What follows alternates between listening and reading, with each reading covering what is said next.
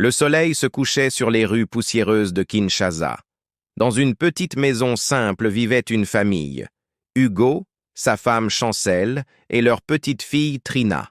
Hugo rêvait d'une seule chose: avoir une voiture. Chaque jour, il regardait les grosses voitures passer dans la rue avec envie. Un soir, pendant le repas, Chancel lui dit: « Hugo, Trina a besoin de nouveaux cahiers pour l'école. » Hugo, fatigué, répondit: « Toujours des dépenses. Moi aussi je souffre ici. Un jour, je vais réussir. » La petite Trina souriait doucement. « Papa, quand tu seras riche, tu vas m'acheter une poupée ?» Hugo rigola légèrement. « Oui, ma princesse, même 2 poupées. » Quelques mois plus tard, Hugo réussit enfin à acheter une magnifique voiture noire. Le jour où il rentra avec la voiture, tout le quartier était dehors. « Waouh!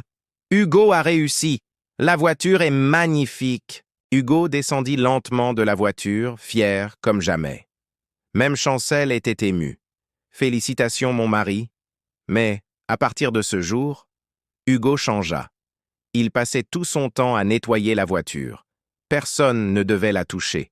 Même Trina n'avait plus le droit de jouer autour.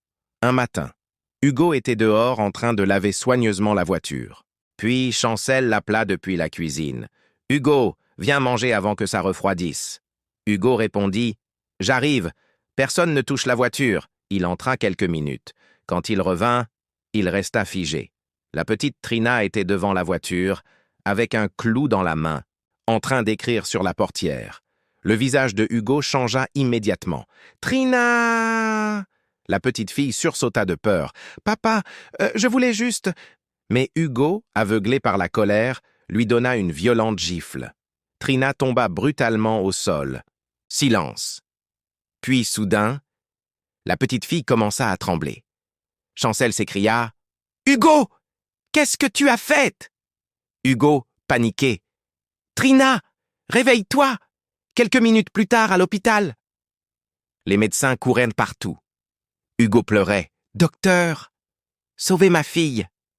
Je vous en supplie. » Après quelques instants, le médecin sortit lentement. Le silence était lourd. « Nous sommes désolés. » Le monde de Hugo s'écroula. Chancel cria de douleur. Hugo tomba à genoux. « Abonne-toi pour ne pas rater la suite. »